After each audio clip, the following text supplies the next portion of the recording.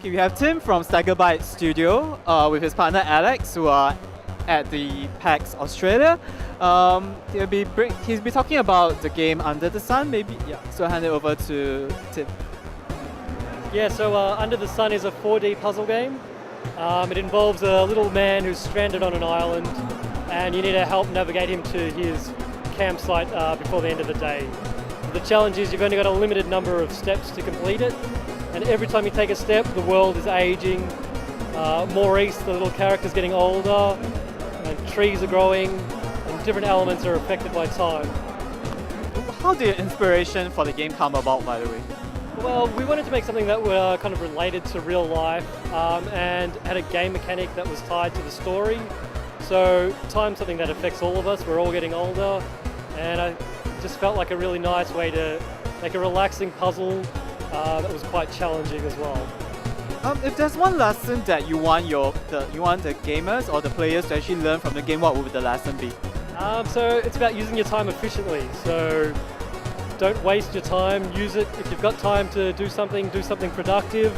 In our game, if you sit around, you'll just die and won't achieve anything. But if you actively go out and try and solve puzzles, you'll achieve the goal and be successful. How did you and your partner actually come together to create Stegabyte, and what's the studio about? So me and Alex work together at another company full time. We occasionally make some educational games, but we mostly do websites and communities, training communities. And we thought we'd make something fun in our spare time. We started making this prototype, it was working out, it felt really fun.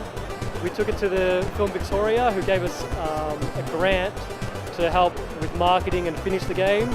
And so we formed Stegabyte, and we've been working on it for about the last year. Yeah, so I did games development at Vic Uni a few years ago, and I think actually we were one of the first years to go through a games development course.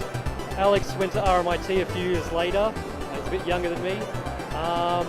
And then we got jobs at this company together, which wasn't exactly the games industry, but it did have some elements of game development to it.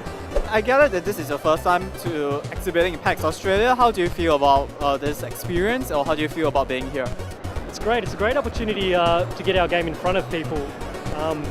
We don't have a lot of time to go out and show people. We don't have access to the huge amount of gamers that we have here, and they're giving us great feedback. They're telling us what they love and what they think needs work, and it helps us to kind of understand the market and what people are going to be playing our game. So what are the challenges you face perhaps in the gaming and creating your games, or in the gaming industry, or like working together with Alex? What are the challenges that you face in general? Well, I think our biggest challenge is probably just finding the money to get started.